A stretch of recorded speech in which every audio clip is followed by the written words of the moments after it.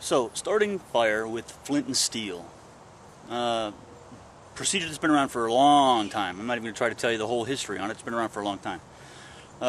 This is a tinderbox, also a tobacco box, called a tobacco box. And it's a tinder kit, or a tinder box. So inside here, you're going to find some different things, like, for instance, jute twine. This is what I keep in here. Highly flammable when you make it into a nice little bird's nest like this one to hold your char cloth, which I'll talk about in a moment. I usually keep a little nubbin of a candle in there, so I can either light it to help keep my fire lit later, or I can use wax off of it to help things burn more readily. Some birch bark, and I'm in the Pacific Northwest, Washington State, and so this is what birch bark looks like. Not a lot of birch trees in Washington State, you know, millions or billions, I don't know. There's just not as many maybe as there is back east. So whenever I find one, I try to harvest some of the bark off of it. Kind of helps things burn. A piece of chert or flint, a striker, and this is a kind of a mild steel. This one's been specifically made for starting fires with flint and steel. And then the most critical element of all, at least I think so, and I think anybody who does this kind of stuff, char cloth. Char cloth is 100% cotton material that has been burned inside of a tin can. This is the one I use. It's an old mint can. I'm going to make some more out of this material, which is some fabric, not fabric, but quilt batting. That's what it's called, quilt batting. Yep, got it from my wife's quilting stash, with her permission, of course. So I'm going to see if this works as a good char cloth.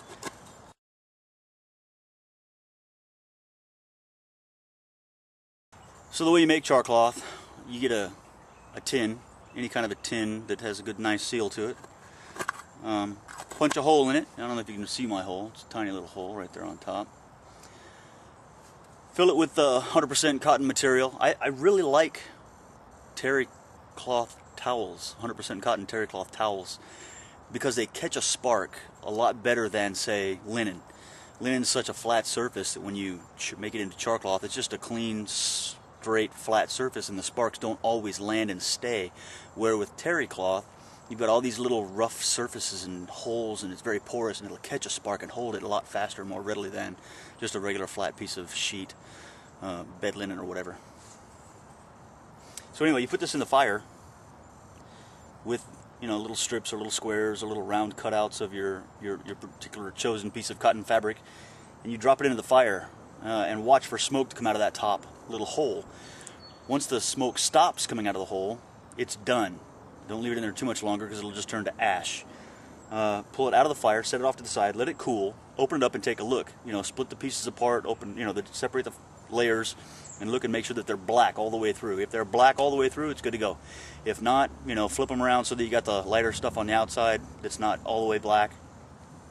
Take out the ones that look like they're totally black, and start over. Let it cook some more. It needs to be perfectly black. So, starting fire with flint and steel, of course you need a piece of flint and the steel. The way you do this is kind of make a 90-degree angle with the piece of flint or chert will work as well, and your piece of steel. And then you're going to strike, looking for sparks. I don't know if you guys can see any sparks.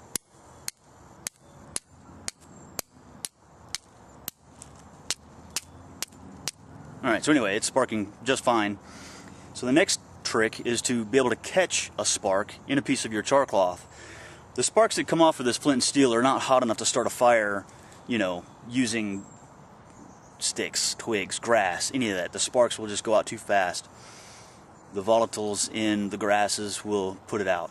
You've got to have something like char cloth, and there's other things that you can get too, like certain mosses that grow on trees, but we're not going to go into that today. This is basic stuff here. The piece of char cloth. Now, different people have different techniques. You can either fold it and set it on top, because people, you know, a lot of people say that when you strike, that's peeling off pieces of metal, that's making them red hot, and they're going to fall over onto the fabric. That's a technique. I would tell you that I've seen plenty of sparks go on both sides. So what I like to do is just kind of fold the char cloth over the piece of flint and strike right through it.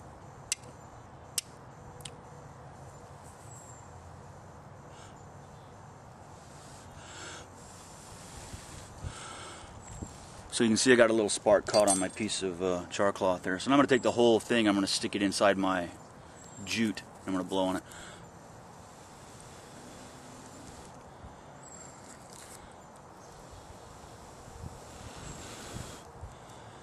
So see, now we're getting some good smoke.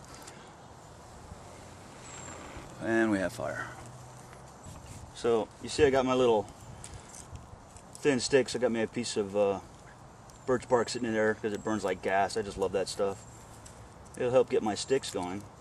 I get my small sticks going. And of course my small sticks will help ignite all my larger sticks.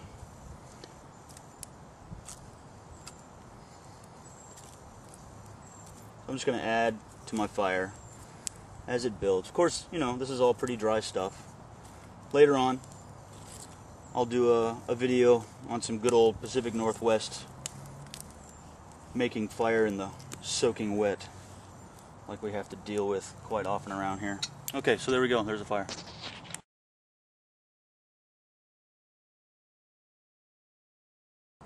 Okay, so again, piece of char cloth, striking flint and steel. This piece of char cloth actually came from a piece of 100% cotton quilt batting. So you can kind of see it's really got a lot of holes. It's very fibrous, very porous, and it'll be great for catching sparks. Much better than, say, a piece of linen. So again, I just wrap it over the piece of flint. So I'm striking through the piece of flint. And look, right there. Nice, super hot burning.